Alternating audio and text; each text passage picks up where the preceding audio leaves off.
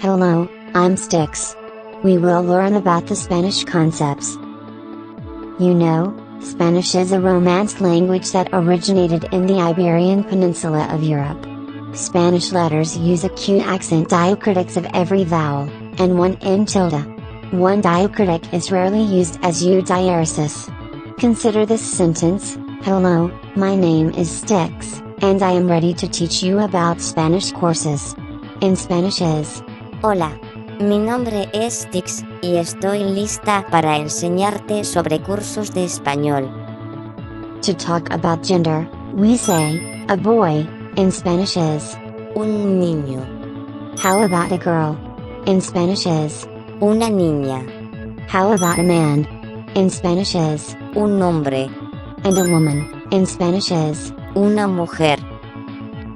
To talk about articles like a, an and the, whether it is a masculine, or a feminine. Spanish articles like un, una, el, and la. Un, and el, represent a masculine article.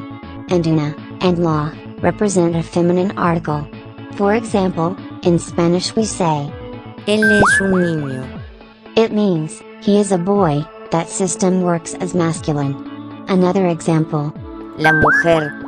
It means, the woman. That system works as feminine. To talk about animals, for example, the cat, can be translated in two ways. In masculine: El gato. And in feminine: La gata.